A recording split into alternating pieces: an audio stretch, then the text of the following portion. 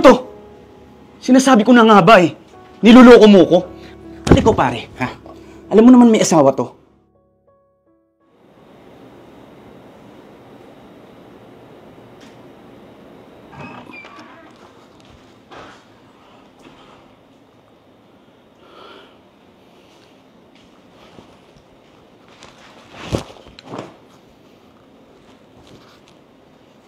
Hoy! Hoy, gumising ka!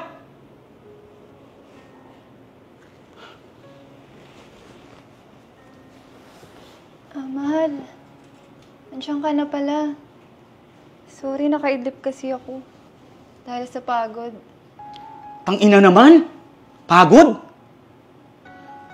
Alam mo, ayos ka din eh, no? Kahit kailan talaga, wala kang kwenta. Dito ka lang sa bahay ah! Linis at laban lang naman ah!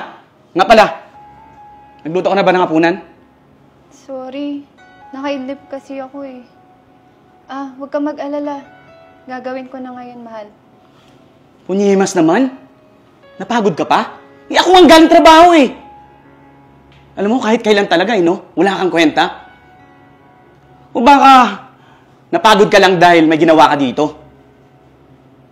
Oo, may lalaki ka!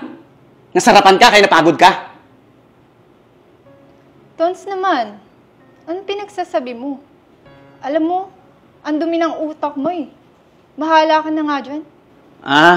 Sumasagot ka na. Sino pinagmamalaki mo?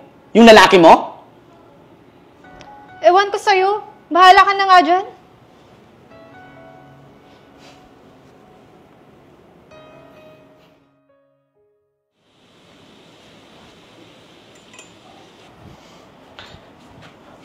Maring Hope, si Paring Tons, andyan ba? Oh, pare. Andiyan ka pala? Nasa loob lang. Bakit, may kailangan ka ba? Kaso, baka tulog pa eh. Ganun ba? Magtatanong lang sana ako tungkol dun sa Tibon, yung company pinapasukan niya. Baka may opening dun, mag-a-apply sana ako eh. Ganun ba? Sige, mamaya sasabihin ko. Sige, balitaan mo ako Sige. Sige, dito na muna ako. Ano to? Sinasabi ko na nga ba eh. Niloloko mo ko. At ikaw pare, ha? Alam mo naman may asawa to. Kinakalagkarin mo pa, ha? Mahal, ano ba? Bakit bigla-bigla kang nanunugod? Nakakahiya ka. Nakakahiya? Ha? Dapat kayong dalawa mahiya eh. Kita mo, tirik yung araw dito pa kayo sa bahay naglalandian? Ano ka pa naman, Paring Tons? Ano pinagsasabi mo naglalandian kami?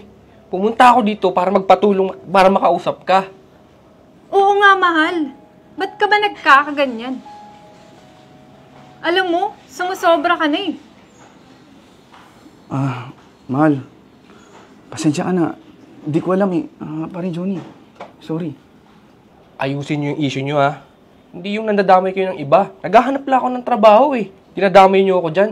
Dyan na nga kayo. Pare. Pasensya ka na. Dala lang ng emosyon. Pasensya na ulit. Okay lang pare. Tsaka next time, bago ka manugod, alamin mo muna yung dahilan. Sige, alis na ako. Kita mo? Sige. Swerte mo dahil hindi ibang tao yung nakabangga mo. Dahil diretso tumba ka na. Dahil dyan sa ugali mo.